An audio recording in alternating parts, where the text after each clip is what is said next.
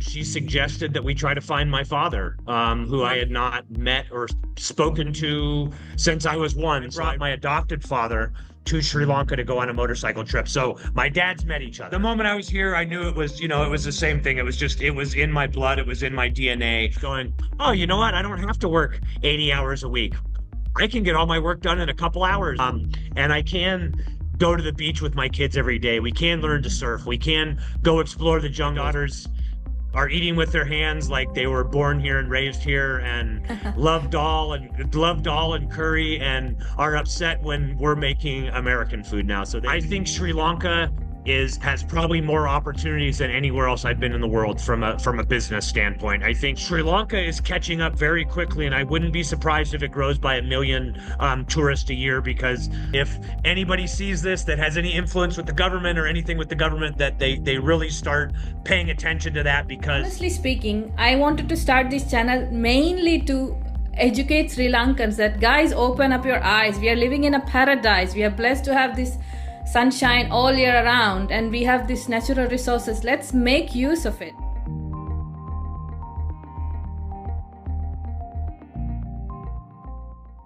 Hi Nick, welcome to the podcast. How are you doing today? I'm doing good, Lena. Thank you for having me. So tell us about yourself, Nick. So my father and mother were married. I was born in Hawaii. At 1 year old, there was some extenuating circumstances, and my Sri Lankan father, my mother's American, he had to come back to Sri Lanka. My mother got remarried, and that man adopted me, and he was from a German family, so he's American, but from a German family. And I was raised in Hawaii until about 5 years old, and then we moved to the West Coast of the United States. And I grew up in Oregon. And about 10 years ago, when I got married to my wife, we were getting ready to go on a backpacking honeymoon around Europe.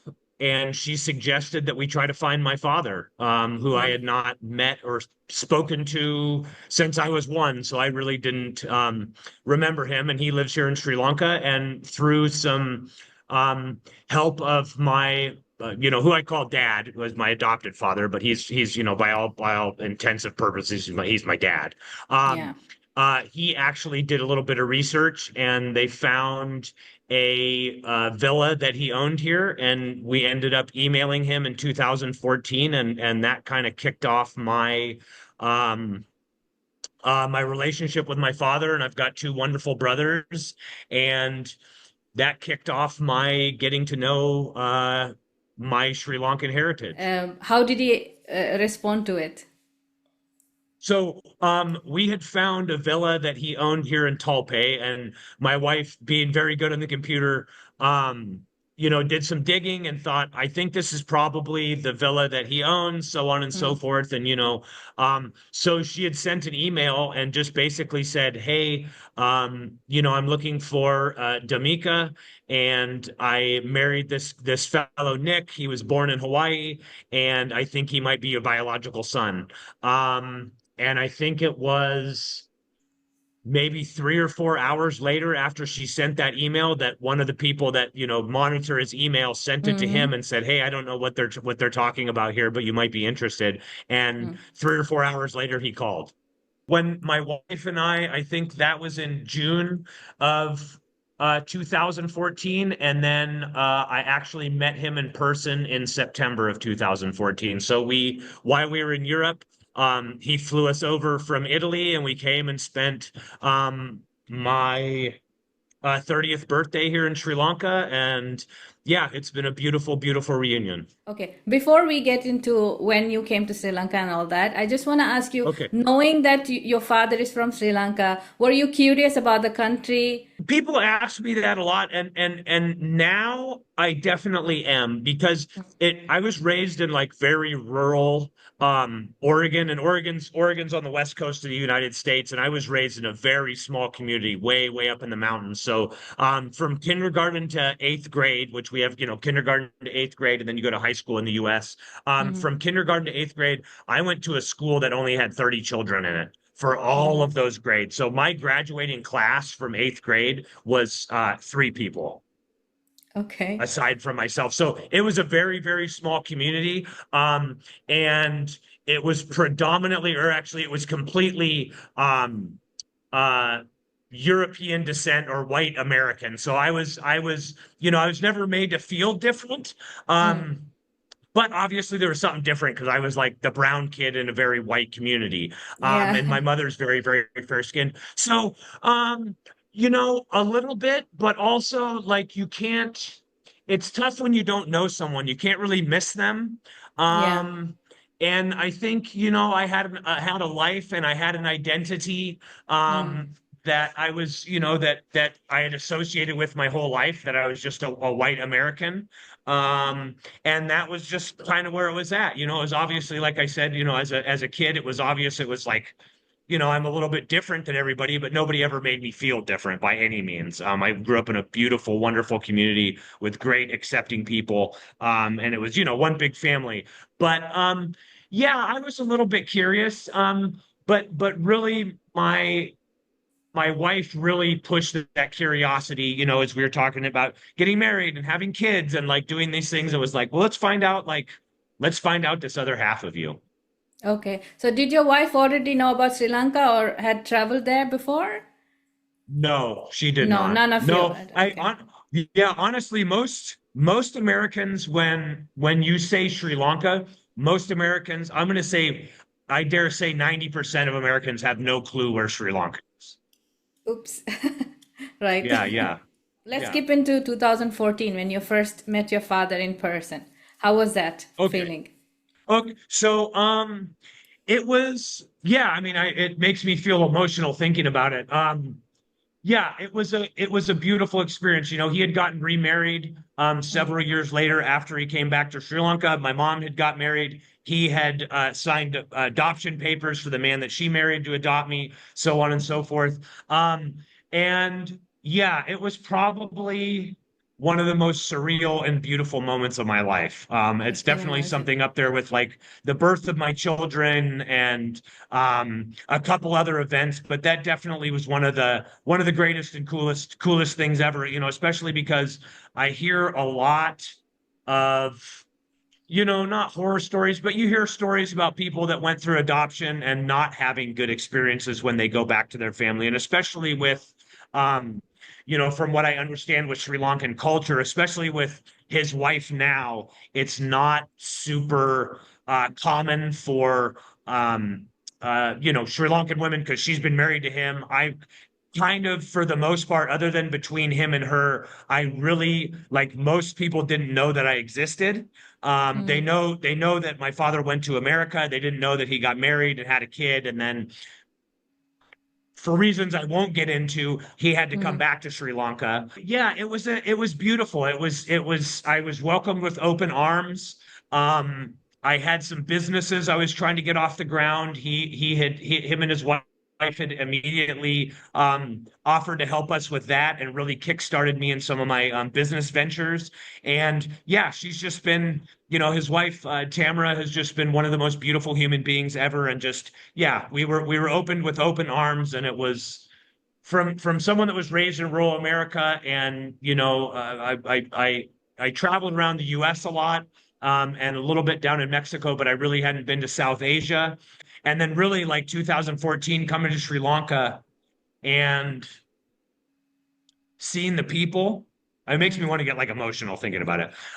Seeing the people, and they're, Sri Lankans greet you with a huge smile. That's the first thing that you notice when you get to Sri Lanka is everybody has these big smiles, and I've always had this huge smile my whole life, and always been told I have this wonderful smile, and I light up the room. The And just genes that works there. the minute I got to Sri Lanka, I knew that I was home. Yeah. These are my I knew people. that I was Oh. home. Yeah, yeah, I knew these were my people. Man, I knew I was home the minute that I got here. Yeah, and That, it's been a beautiful, beautiful, awesome ride throughout. wow. Wow. Yeah. I can imagine. Should have been magical. You grew up in America and first time in South Asia, let's say. How did you find Sri Lanka as a country? back in 2014. Now it's very different, I'm sure. But It's back very, then, very different. Yeah. I found it beautiful. Yeah. I mean, let's see, what were my first impressions here?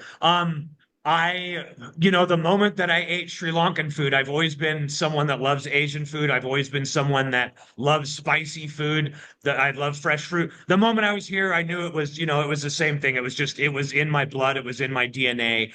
mm, And once again, I knew that I was home, and this is where, half of me that I didn't know, and actually going back to, meeting my father and coming to, the country of my roots and all of these things, um, you know, and even now, there was a big hole inside of me that I didn't know was there, mm, that got filled on that day. And it's been getting filled more and more, and maybe there's still a little bit of a hole there, and it's slowly getting filled, and I'm figuring out how to fill it. But there was a big hole inside of me that I didn't know was there, and it really was filled, in 2014, and thanks to my wife and all the, my stepmom, and like I said, I've got some brothers. I Sri Lanka was a huge culture shock. Having drivers, having people that cook your food and do your laundry and all these ancillary things. Where I grew up, I was not. I never wanted for anything, but I didn't grow up very. My mom made our clothes, and we mm, weren't poor by any means, but also we weren't like super wealthy, which I mm, didn't know mm, that. mm. So that was probably some of the biggest shock, was just the service industry here, whether it was in my father's home or going out anywhere, just how welcoming, how wonderful, yeah, just what a beautiful, magical island this is. It is, yeah. So, Nick, at present day, you're based in Sri Lanka, are you? I'm based in Sri Lanka for half of the year, this year. So in November, Mm, me and my wife and my two daughters moved here for 6 months, and mm-hmm. we've kind of settled down south in Unawatuna as of right now, and we're looking for property to buy. Okay, great. And your father is from Talpe, the biological father, yeah? No, he is. So my grandparents, my Achi and Sia on his Mm, side, mm. they're from Bentuta. So they're from Okay, over here on the coast where the bay is. And yeah. then he was born in Bandaragama. Where is your wife from, Nick? She's from the US. She's from Oregon. She's So from the where US. where yeah, where we live, she was born and raised, and she was living in Europe for a while, and had Mm, moved around there, and then come back to the US, and then her and I had met. And we knew each other in high school. So we knew each other when we were about 13 or 14, and then reunited at 28. okay, high school sweethearts. So how does she find Sri Lanka? She she likes Sri Lanka. It's taken a little bit of getting used to all the different idiosyncrasies. In the US, we're very everything happens right now. If you're going somewhere, you're going there fast, you're doing all these things. If somebody's Yes. coming to work on your house, they're coming instantly, they're going to be on time. These all these different things. And then obviously, like, one of, I think, the biggest adjustments is just the food all the time. But once again, my wife luckily likes spicy food. She likes curries, she likes rice. So I think, yes, she's on board to be here in Sri Lanka a little bit more next year. And I Mm, think we're going to try to be spending at least half of our year here, and then mm, slowly, like, integrating into being here more full time, or coming and going, and like really getting a we've got a house in the US that we rent out while we're not there, on mm. Airbnb. So that's making us income, actually almost enough that we can live here. Um, Good. and right now, I've got several businesses in the US that kind of rely on me being there in the summertime for the US Mm-hmm. summer, which is uh, May till May till October, November, just depends on the season. And so I kind of have to be there for that right now, and then a quick backstory, about a year and a half ago, I started a tech company. Um, Okay. and that is slowly starting to like build up momentum. And I'm not quite yet drawing a salary from that. Mm. But hopefully in the next 6 to 12 months, if it keeps going at the rate that it's going, um, I will be able to just kind of live where I want, do what I want, and not have to keep traveling back and forth to the US if I don't want to. Yeah, that will be the future, I guess. Um, That's, yeah. so Nick, did you get to meet your grandparents from your father's side? Unfortunately, they had passed away Oh, before I was able to meet them. okay. I'm sorry about that. Okay. What about the Yeah. other family? Does he have sisters, brothers, cousins who So you he could has meet? one sister, and I've met her. She actually lives in Hawaii still, and she's a doctor there. So I've Oh. met my Aunt Conthi, and that's it. There wasn't any aunts or uncles or anybody Mm. else. So it's just my father, and then I've got two younger brothers that I have reunited with. In 2014, one of my brothers was living in the U.S., actually Mm. about um, maybe 5 hours away from where I live. So Mm-hmm. he was living in San Francisco, which is a pretty quick drive, or five hours in Sri Lanka is a long drive. In the U.S., that's a really Yes. short drive. So he was living about 5 hours away from where I was living. So in 2014 for Christmas, he came up and I met him for the first time. And then once I left Sri Lanka and I went back to Europe in 2014, I went and met the older of my two brothers in London. Mm. Nice. Yeah. Nice. So Nick, how many kids do you have? I have three kids. 3 kids. Okay. And they were born Yep. in the US. They were born in the US. Yep. I have actually my son just turned 18 a couple days ago. And then I've got a 7-year-old daughter and a 3-year-old daughter. And my son is just finishing up his last year of high school. So he ended up staying in the US and wanted to Mm. stay there for the 6 months. He didn't feel like coming with us. 18 year Okay. old kid. Yeah. And the younger kids, for 6 months when you're in Sri Lanka, do they go to school in Sri Lanka or do they study online? How does it work? So we homeschool them. We've done like Mm. a hybrid. Even in the US, we do a hybrid. Um, we do a hybrid homeschooling along with like a forest school that they call it in the Mm. US. So there's schools that they actually do out in the forest, and there's no actual classroom. You're learning about the plants and the trees and the animals, and then doing your math and your reading and doing all your things in like outdoor classrooms. So we've just kind of continued that here. We study every day and work on reading and math and things, and then there's actually a lot of activities and different stuff. So like my older daughter, she's in tennis. They do karate lessons. Mm. We're waiting for some traditional dancing, Sri Lankan dancing to start up because my younger daughter wants to get into that. Wow. And then Singhala tutor to teach Mm. them, their native language. So yeah, and then we just kind of do there's a new movement called world schooling. And Mm. depending on where you're at in the world, you learn about the food, you learn about the culture, you learn about the animals, you learn about the different geography, you learn about where it's placed in the world, you learn about everything about a country where you're at. We went to Malaysia for a week this year, and we did the same thing there. So we're just kind of learning about people and places wherever we're at and trying to give them the best education that we can. From my standpoint, just on a little tangent off on that side, I'm a serial entrepreneur and I've got 4 different companies that I run within the US. Um, Mm. and I think, homeschooling until they would like to go to either public or private school. I think Mm. a lot of the things that I had to go and learn myself about money and entrepreneurship and running businesses and not having to rely on a boss, those are things that my parents very well could have passed down to me. Mm. But they weren't educated on that. So I'm trying to take a little bit different approach with my children, and teach them some of those things from a very young age so that they don't have to rely on anybody else and they can kind of make their own way in life from a young age, really. Yeah, yeah, yeah. I'm on the same plan actually. I don't want my son to look for a job, work 9 to 5, and get no real life experience. I'm trying to build No, and something not for him and to pass down.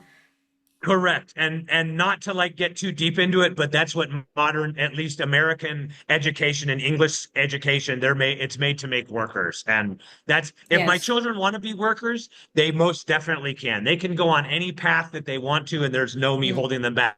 But I do want to show them the other ways where they don't have to Yes. go be reliant on a boss and get caught in that system, in that hamster wheel that inevitably we all get stuck in, especially in America. As an Yes. entrepreneur in America, it's very easy to get stuck in that hamster wheel where you just keep going and going and going, And make a thinking that there's billionaire an rich. correct and think that there's an end to it, and you just that's one of the things is like being able to know when you have enough. And Mm. that's been a huge lesson for me, for us living here and me just going, oh, you know what? I don't have to work 80 hours a week. I can get all my work done in a couple hours, and the machine is still running at home while I'm not there. And I can go to the beach with my kids every day. We can learn to Mm. surf. We can go explore the jungles. We can go to the fruit markets and learn about the different fruit. We can go do all these things daily, that I didn't necessarily have time or was able to do in the U.S. because once again it's a culture here, especially down south. If anybody's ever spent any time down south, everybody's on their own. They're beating they're marching to the beat of their own drum down here. Everybody's on their own timeline. It's just it's a much more beautiful way of life as far as I'm concerned. Sure it is. So, Nick, how are your kids coping with the food and the language barrier in Sri Lanka?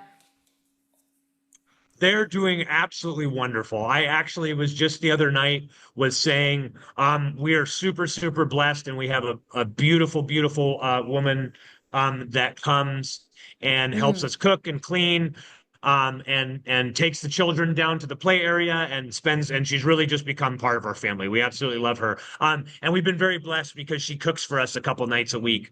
Mm. And she makes absolutely wonderful Sri Lankan food. And both of my girls, I was a little bit worried that there was going to be a little bit of a problem. Not, because we eat Hispanic food, we eat Thai food back at home. We eat Mm. a lot of different stuff. But yeah, my daughters are eating with their hands like they were born here and raised here and love dal and curry and are upset when we're making American food now. So they've as far as food, they've completely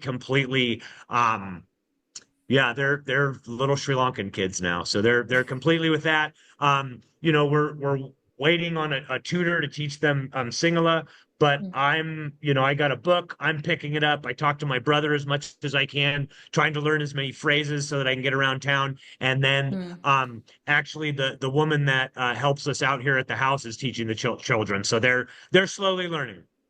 That's great. That's great.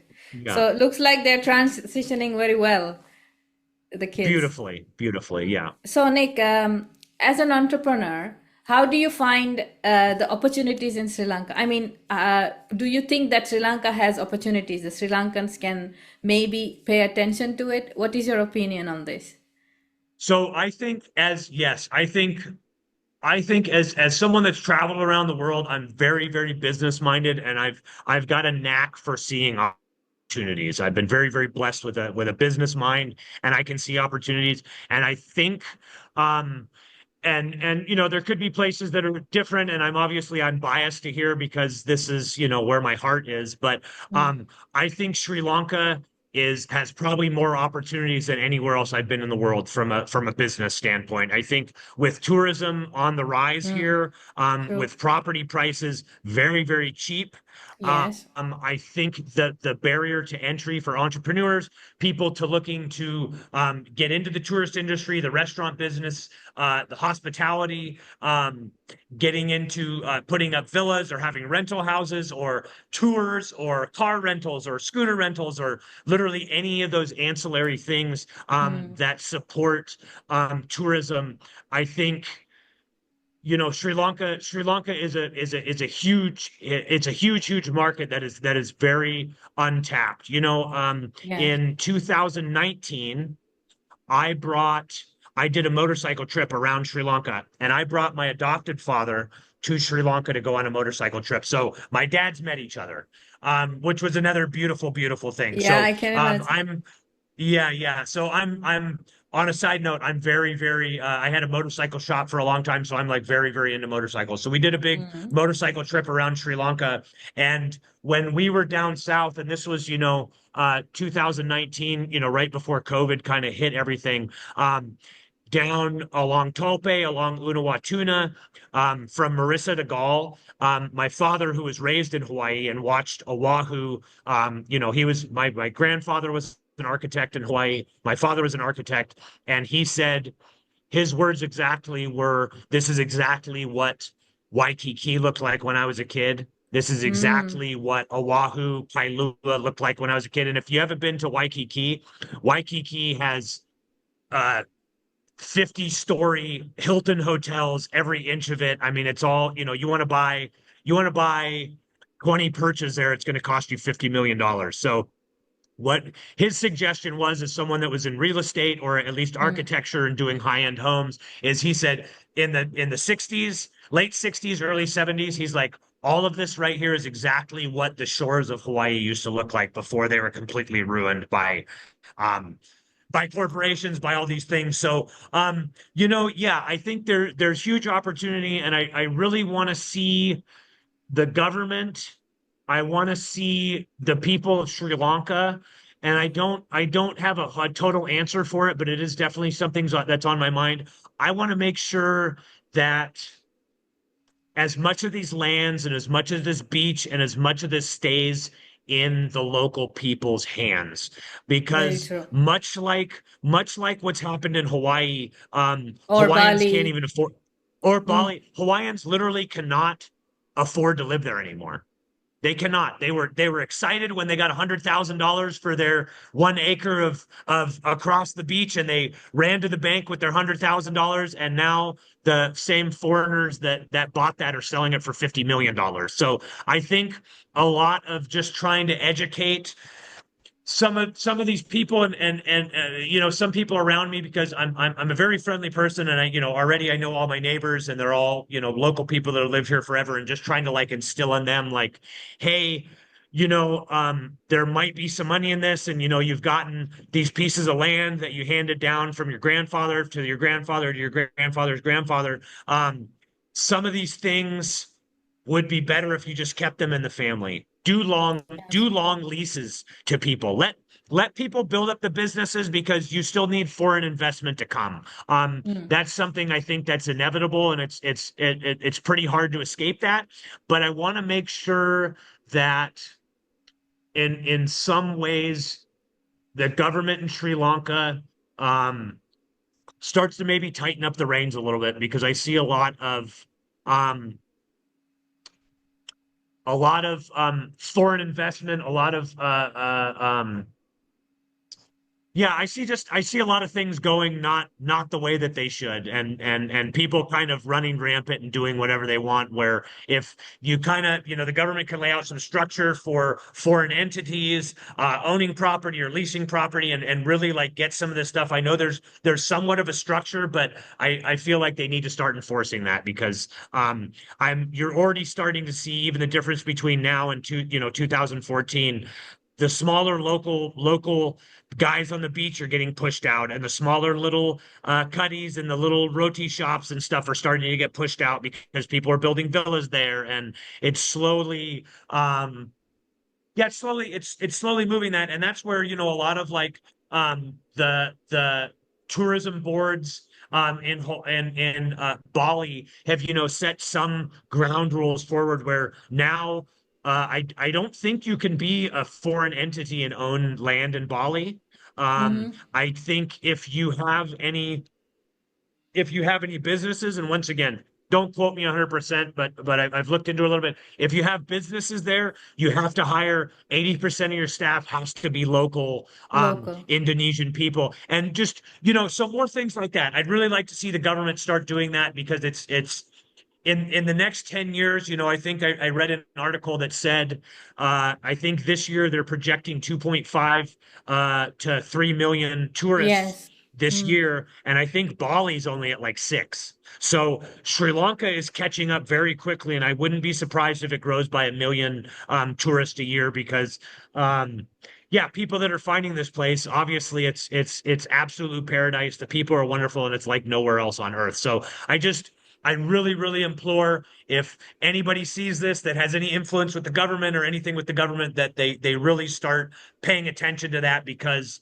and I'm hoping this new government is starting to put some things in place to do that, but really just pay attention because the same as in Hawaii is you blink your eyes and then all of a sudden the local Be people are gone. pushed so far out that they can't afford to live here or eat or do anything because it's just taken over and it's catering to tourists. And honestly, that's how Sri Lanka is going to lose its charm. Let's hope not. In Let's my hope. I mean, observation, hmm, yeah, in my observation, the systems are in place, but it's not implemented or followed properly. No one is checking. So it is sad that correct. also the locals are just some locals, not all, are so greedy. They would just rent a house to anybody for peanuts, and then those people, the tourists, even without a proper visa to reside in Sri Lanka, they would start their own Airbnb and bring their people from their countries. So I can see this is happening, Correct. but unfortunately, the authorities are not looking into it.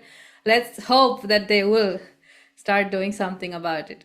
I'm starting to hear some stuff from some of the, there's lots of expats here, and some that I've met and made friends with, and it sounds like a lot of people are starting to get a little bit worried about the reins getting tightened up and things happening. So As it hopefully should. it's yeah, yeah, as it should, and that I think that's very, very important because taking profits over people is never, never, ever a good thing. And sometimes people think right away, like, "Woo," like I said, we got $100,000, but the guy you just sold it to or took it over is going to make 50 million off it. That's Yes. that's you're not going to be laughing when you hear that that's what he's done. So once again, Yeah. profits over people is never a good way. And I think if you put people first, profits can always follow after. It's just the way that the world works.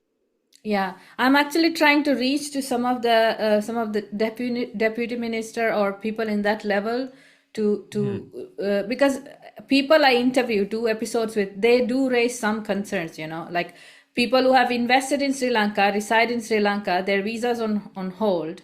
I mean, renewal is on hold. So at least the government should tell us like what are they planning. And Right. now I live in the Canary Islands. For now, I'm Oh, moving to Sri Lanka in June. But I want to say here it's the same. The locals cannot afford anything. I cannot even see the Spanish culture here anymore. I cannot find oh, a Spanish bar anymore. So I'm really scared now that Sri Lanka is heading to that level, like you mentioned. Another thing I observe is that there are some problems and tensions in Europe right now. I'm sure you know. And people yes. are interested in moving to South and Southeast Asia. So I think this is the right high time for Sri Lankan government to do something about it, put some system in place. We can welcome them, as long Well, as they benefit here, us and keep our, correct. Because you know what? No matter what you do, no matter what the government does, the people are still going to come. And I think yeah, that's what a lot of people are worried. It's like, oh, we're going to scare them off. Even if even if it's $1,000 a night to stay in your little villa, your little local villa, they're still going to come. There's still people that will come. You're just yes, not going to get when you start tightening it up, you get a better, I don't want to use the word quality, but you get people with different intentions. And mm, people, if you lay out the ground rules, people will play by the game because people want to be here. They see that this is yes, the pearl of the Indian Ocean. This place is absolute paradise, and the opportunities abound here. If you lay out the rules and people have to follow them, they will. They're gonna complain and moan and people will stomp their feet. Nobody's going anywhere. Sri Lanka has already made its name on the map, and whatever hoops you make for people to jump through, as they long will as it come. benefits the people of Sri Lanka, they will jump through them. Yeah, yeah. Let's hope this bats the eye of somebody. Yeah. Let's hope. Let's hope. And if there's Yeah. ever in your conquests in any way that I can help, that I can go to bat with you, that I can help this beautiful country, just reach out to me and let me know. I will do whatever is needed. Thank you, Nick. I'm actually trying to give a shout out that, hey, we exist. We are beautiful, just Yeah. come give us a chance. I mean, not only that, honestly speaking, I wanted to start this channel mainly to educate Sri Lankans that, guys, open up your eyes. We are living in a paradise. We are blessed to have this sunshine all year around, and we have these natural resources. Let's make use of it. I mean, we don't have to give Yeah. up our culture or anything we have. Actually, we can show it off. Sri Lankan food is not famous, Nick, which I'm really. My husband No. is from Italy, and he's like, what a shame you have such delicious food and no one knows about it. Yeah. Our culture, our dances, our art, our history, in fact. Well, Not many and people know, like you I've said. correct. And that's something that I want to share with the world. So one thing, and I've never actually fact checked this, but Mm-hmm. from several people, and not that this is what the Sri Lankan government needs to do, but I think about 15 or 20 years ago, the Thai government actually was funding in the US. We have Mm. more Thai restaurants than anything. There's in any given town, there's a Thai restaurant. You can go get really good, authentic Thai food just about anywhere in the United States now. Whether you're in Texas or you're in New York or wherever you're at. And what I heard was that in a bid to make Thailand um, uh, popular and to get people to do it, that the Thai government was actually funding expats to move to the US and all over the world and helping them with their funding to set up restaurants to get people liking Thai food, to get people understanding that Thailand was a place because really, 20 years ago, at least in the US, we really didn't know what Thai food was. We knew what Chinese food was or an American Mm. version of it, and we knew what China was, but that's a lot of these things. And I'm not saying that the government needs to go do that, but I completely stand with you and behind you because Sri Lanka and those that know it, they just, it's obviously, and this is one of the most hated things I think, but it's like, oh, it's just India. It's part of India, right? And it's like, Oh, no, it is no, it is completely different. The food is totally different. The people are different. The culture is different. It's a whole different world. It is absolutely nothing like it. To people with untrained eyes, yes, we are brown people and Indian people are brown people. So to a lot of them, that just looks the same. But um, uh, yeah, I completely stand behind you, and it's just it's obviously I'm biased and you're biased, but it's the most wonderful, beautiful place on the earth. And I'm actually I've got to go to Colombo on Tuesday. I've gotten all my original birth certificates, my all my original paperwork. So I'm hopefully in the next month I'll have my dual citizenship here. I'm not giving up my American citizenship, but I'll mm-hmm. be having my Sri Lankan passport. And as far as the paperwork I've given them, they said, okay, we need to just process it and this will go through. So I'm feeling super blessed to like return home.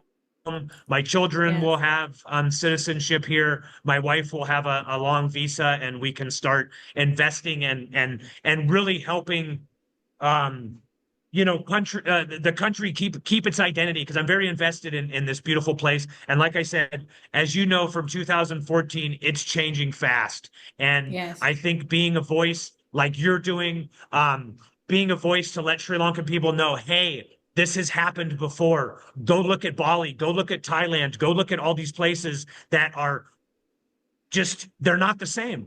They're not the same. They're commercialized places that have been They lost a completely soul. changed.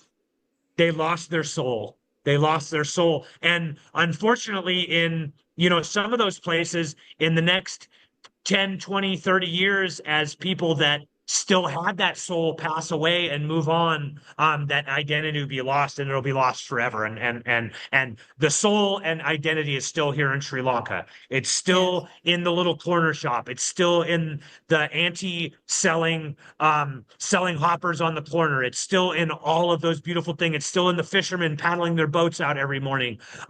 It's in the chanting coming from the the temples. It's in all of those things. We just need to figure out how to preserve that and let people know that this is Yeah. what people want.